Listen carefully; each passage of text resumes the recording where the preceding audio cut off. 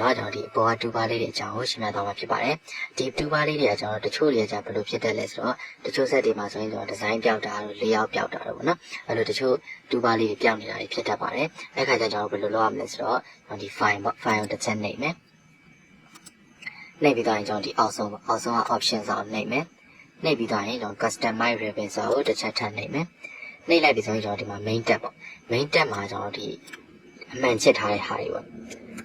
ဒီအမှန်ချစ်ထားတဲ့ဟာတွေကကျွန်တော်ဒီအပေါ်မှာပေါ်နေတဲ့ဟာတွေပေါ့နော်အဲ့တော့တချို့တွေကကျတော့ကျွန်တော်ဒီဇိုင်းပြောက်တာတို့ layout ပြောက်တာတို့ရှိတယ်အဲ့ဒါဘာကြောင့်လဲဆိုတော့ကျွန်တော်ဒီထဲမှာအမှန်ချစ်ပြောက်နေလို့ပေါ့နော်အဲ့ဒါကြောင့်ဒီမှာအမှန်ချစ်ဖြောက်လိုက်ပြီဖြောက်ပြီးတော့ကျွန်တော်ဒီအောင်သားလေးမှာ okay ပေါ့နော် okay နေလိုက်မယ်ဒါဆိုရင်ကျွန်တော်ဒီမှာဒီဇိုင်းနဲ့ layout ပြောက်သွားတယ်အဲ့လိုကျွန်တော်ဒီလိုချင်တဲ့ဟာပေါ့နော်ဒီကိုလိုချင်တဲ့ဟိုဟာ2ပါပြောက်နေခဲ့တယ်ဆိုရင်ကျွန်တော် file တစ်ချက်နှိပ်မယ်နှိပ်ပြီးရင် option ကိုသွားမယ်ပြီးရင် customize ribbon ကိုတစ်ချက်နှိပ်မယ်ပြီးတော့ဒီမှာအမှန်ချစ်ပေါ့နော်ပြောက်နေတဲ့ဟာကိုကျွန်တော်အမှန်ချစ်လေးပြန်ဖော်မယ်